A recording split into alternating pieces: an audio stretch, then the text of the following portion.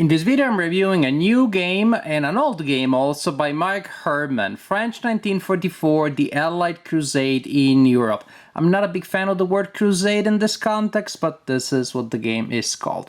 The game is old and new because it is the designer's signature edition published by Compass Games, and I haven't played the original game, of which this is the updated version, so I won't be able to compare. What I can tell you, however, is when you have a quick look at the map, hexes, counters, everything looks very familiar. In truth, this game relies on a pretty innovative system, there are just ideas here that I had not seen before. It's very different from a lot of other games, and so I can see that if the original game also was like this when it came out in the 1980s, it might have been a little bit ahead of its time.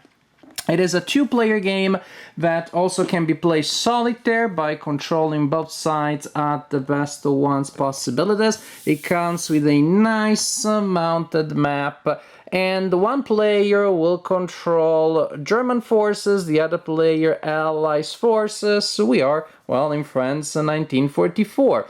There are several scenarios, but they all start in the same way. They're different length, but simply what changes is when they end. But they all start with the Allies placed here after they landed. I like that. I don't necessarily need in Normandy games to have a complicated first turn special procedure to resolve the landing themselves. They're here, done. But are they here to stay? Well, that's a different story. So the Allies set up in this area. There is a cordon of German forces trying to hold them back. So at the beginning, this area will be pretty cluttered. Luckily enough, you get the zoomed in version. I really like it. So the first couple of turns, or at least the first turn or two, at least part of the unit will be here. There are no specific rules, so these hexes are exactly the same. So as you move out the map, you simply move to the corresponding hex. But it's very nice so that you can spread out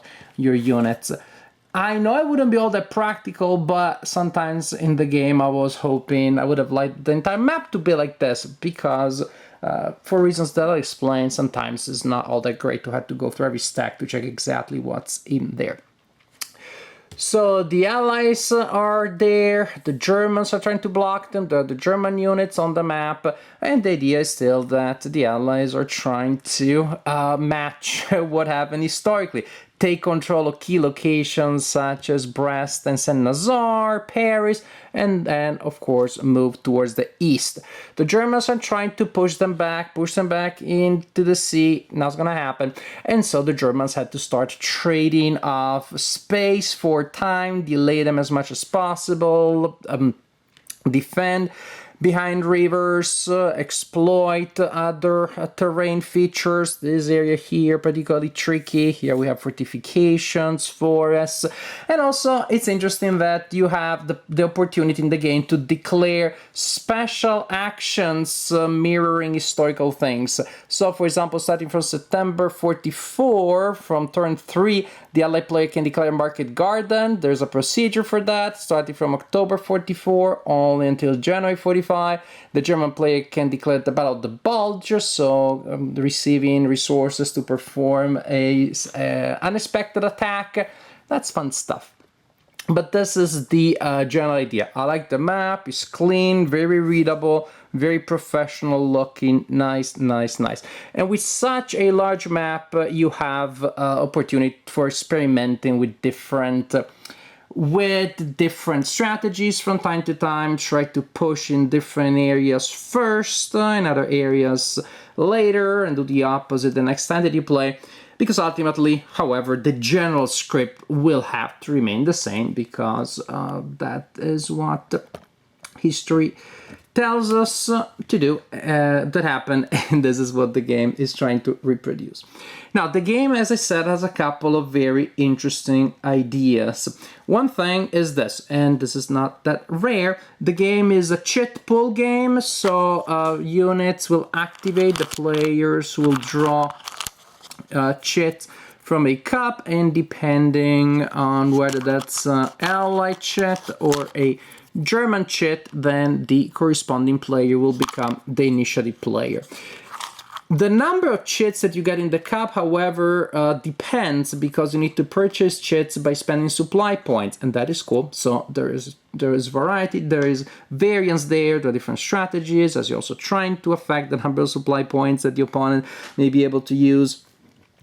When a chit is drawn, the player becomes the initiative player. The player gets a chance of activating one of their headquarters, and then units controlled by that headquarter.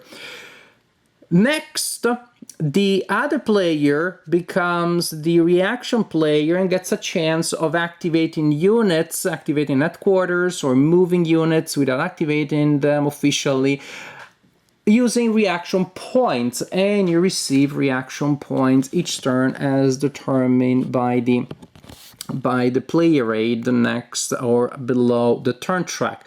So different supply points and reaction points also mirror historical situations, the ebb and flow of the event. But that's another interesting idea, that you can spend reaction points after the initiative player went.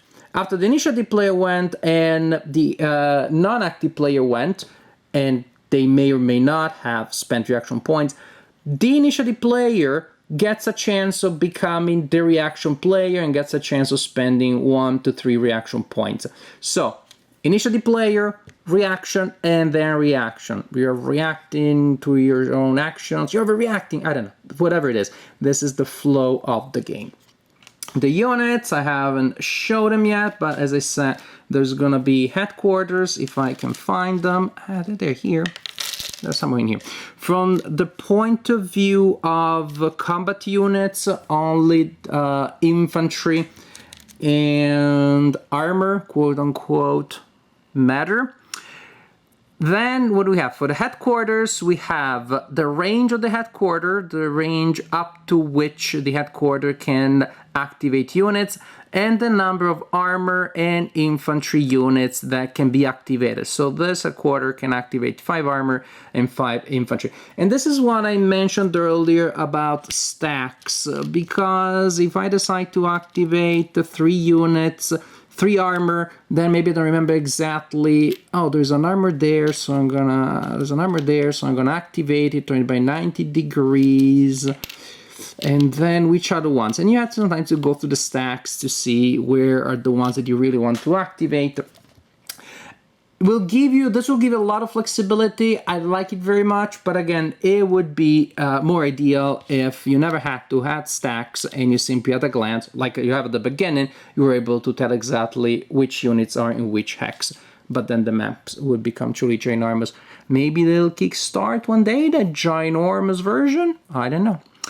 So that's for the headquarters. As for the game pieces for the combat units themselves, what we have is morale. The number here in the middle, brace yourself, where gamers try not to fall off the chair, is movement. I know, who knew? You don't often see movement factors there. And here we have 2 combat factors. One is used if the battle is a set piece, and one if the battle is mobile combat. So right there, you know that there will be 2 different versions of combat that will happen.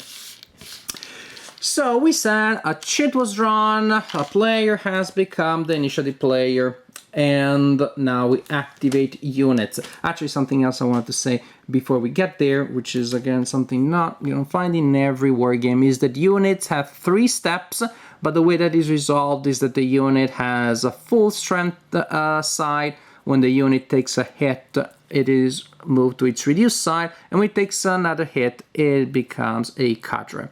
And so that's a way of having units that have more than 2 sides, so to speak, more than 2 steps, without at the same time having to match, say, the same unit represented by multiple counters. It happens at times, and it's just, well, yeah, and you have to keep track of a lot of things. So, one player is the initiative player, and the player gets to go. The player activates one of the headquarters, and the headquarter in turn will activate a number of infantry and armor units within range. Then you have to decide which kind of activation you get, and this is when this player here will become your best friend and or enemy. You place you choose which kind of activation you want to have for the units that you activated. You want to do maneuver, amphibious assault, penetration armor attack, armor breakthrough, set piece attack, or combined arms offensive.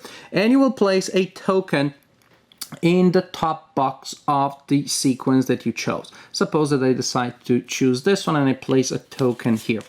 Now, and so basically, once you choose one of these trees, you will resolve an action for that box, and then you will go down one of the possible branches and you resolve another action for that one. All units that you have activated can resolve that action, and then you'll go down again. And so not only do you decide which tree you get, but then also within the tree you have other decisions. Boxes. If the box is blank, then that means that for that segment, they're called increments in the game. I prefer to think of them as segments. It just seems more intuitive to me. For the segment of the activation, your units that you're activating can only move. And what you see here is an indication that units that have a movement factor of 3, that was the movement factor of 6, whatever. Okay, movement factor of 4 in this tree, in this increment, they can move only. They can only spend 1 movement point. So be very careful. If they're surrounded by terrain that requires 2 movement points, they don't get to move. The number you see at the bottom is double, which is if you decide to perform strategic movement, which is something that follows more or less guidelines that you may have learned, you may have heard of in other games that use strategic movement. You can move faster, but don't engage with enemies, etc., etc., etc. If the movement is 6, then in this segment of the turn, that unit can move by 1. After you resolve that, so all the units that you activated move in this case by 1, or you don't have to move them, move up to 1 movement point. Then you go to the next segment. When there is a number, you can choose if you still want to move or if you want to actually attack. And so basically the combined arms offensive allows you to move slightly, perform an attack, and then move again by more, or attack again, or move a little bit and then attack again. So great flexibility here. The numbers here are simply a reminder of who can attack in that segment. So meaning units that have movement factor of 3 or more, they can attack here. Here only units that have a movement factor of 6 can attack. And so that's pretty much it. These blank boxes in these segments only movement happens. Here movement or combat. Great variety, great flexibility there. Isn't that great? I love it. As for combat, well, movement, move around, spending movement points, terrain cost, blah, blah, blah, blah. You know that stuff. And then combat is a lot more different, so that is worth spending some more time. When you start combat, you select the morale of a unit. You select a unit to be the lead unit, and the morale unit of that, the morale value of that unit will be used to pass a test. Basically, combat is resolved as a double morale test taken by the attacker and the defender, by the lead unit of the attacker and the lead unit of the defender. Modifiers may apply to the morale based, for example, on terrain. What is the morale?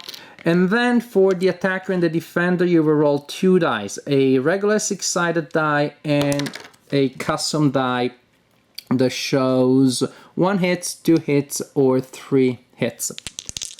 And I use the black as the Germans, the white as the Allies, and so that would be it. After you roll these, you compare the numerical die with the morale of the lead unit. If you rolled equal to or lower than the morale of the lead unit, that side passed the morale check. Otherwise, they failed. Also, as I said, there are 2 types of combat, mobile combat or set-piece combat. You must resolve combat as a mobile combat using the mobile combat value of the unit. If all of the attackers just moved into the hexes in which they are, and there are no obstacles based on terrain. Say, for example, the enemy is not behind a river. Also, in case the enemy just retreated into a fortress or a city. In all other cases, you must resolve set-piece combat. So you determine which side it is. You roll these, and then you simply cross-reference on the side of the player that you're using, because you see set piece, mobile, set piece. Suppose we have a set piece combat, and simply cross-reference the result of the morale test of the two sides, so that will lead you to one of these boxes, and pretty much you do what it says. The central indication always happens, tells you there's always a retreat, a stalemate, or a repulse, or a standoff, but the effects change, and you look at the bottom effects when it's mobile combat, and at the top effect when it's a set piece combat. And if you're wondering, all this, I haven't heard anything about the combat strength, what do we use it? Because actually that will modify the number of hits. Incidentally, when you roll for hits, you roll for your own, which is counterintuitive, but then it works precisely because then the ratio, the odds between the combat strength of the attacker and that of the opponent will modify that. So if you're attacking and you don't have a lot of strength, then you'll take more hits. You'll add to the die result that indicated your own hits.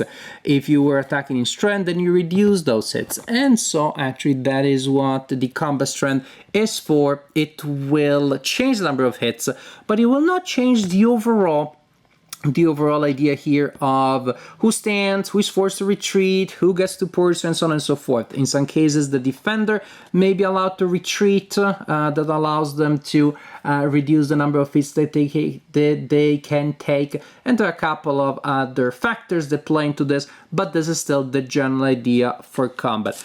Double test on morale, that also comes with your number of hits. Check the table to see who stays, who runs away, who can pursue, and how you modify the number of hits that you take. The number of hits that you take, well, it's pretty counterintuitive. Boop, and boop, and gone. A lot of other historical elements, a lot of other chrome, but I think this is enough to give you a general sense of how you play France 1944. France 1944 is a really good game, really nice. These days, as I grow older and grumpier, I am becoming more impatient towards long systems of rules. If I can play a game that I already know how to play, I'm happier. So I had mixed feelings when I realized that this game was pretty different from other things. I could not port a lot of my knowledge from previous games. But the rule manual is very simple, it's very well done, very linear, and really not long. And now you also have sort of like overview / mini tutorial. You still should read the rule book after you watch my video. There's a lot more stuff, but you have a general sense. So you have a system that is very fresh, it feels very new. I can't believe that this originally came out 30, 40 years ago almost. It feels so fresh and new, so fresh and different. Once you get the general idea, it's very intuitive. It's just different from what you may have played before. And it's really rewarding. I like the flexibility of the system that you have there. I like how many different things you can do. Units can activate more than once per turn. That's also counterintuitive. And then you just choose if you want to push with the armor, if you want to push all in one big fight, do more maneuvering, save some fighting for later, position yourself, and then attack. Because there are games in which when you do all the movement and then you do all the attacking, well, that limits you. There's a lot more flexibility here of how much maneuvering and repositioning you can do to set up a certain attack and then perform it and then still get to do something, at least with some of your units. I like that a great deal. The game is perfectly playable by a solitaire player, and that is how I played it. I control both sides because you don't have any secret information, because the cheat pool activation system allows you a lot, gives you a lot of unpredictability, but then you still have control over the events thanks to the reaction points. And I didn't mention this, but then when you have drawn all the chits, you still have a chance to spend reaction points, so there's the final reaction phase, and so you have an interesting back and forth. You have a lot of variety, a lot of flexibility, dynamic action, really, really good and fun stuff. Again, some counterintuitive ideas, you're rolling your own damage, but then it makes sense. everything makes sense after a while, after a little bit of shock at the beginning. I think actually this could make a good beginner's game. Maybe a beginner will find it easier to get into it than a seasoned war gamer, because there isn't anything that that is going against your expectations. There aren't 30 years of wargaming practices that you have to temporarily unlearn. But definitely is a game that could be a beginner's wargamer. Not one of the simplest, is not Strike Force 1 by any means, but a good thing is that, you know, with a little bit of effort, I would say I would put this in the level of complexity of a Victory Denied, which is also usually considered one of the archetypal, one of the standard beginners war games. Another thing is that a lot of things you don't have to worry about the first turn, so don't, if you're learning the game, don't worry about Battle of the Bulge or Market Garden or other rules like that. Just start playing, get the general concepts, and get it done. Because once you have it, then you have a lot of nice and interesting options. Again, I left out a lot of the Chrome. There are more things that will give you historical flavor and interesting decisions and different things to do. But what you have overall is a very solid game with a system that feels fresh and new, although it isn't, but it feels that way. And yet is very intuitive to play and gives you a lot of different options. The one negative thing, as I mentioned before, is I want to activate 5 infantry units and I see a bunch of stacks and I need to see where those are. I can put the infantry on top, but then I need to check where the armor units are.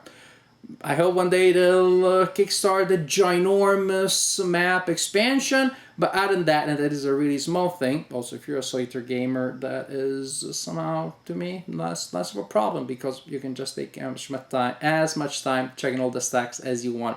In conclusion, France 1944, really, really strong game. I enjoyed it a great deal, and I think it's a really, really good game.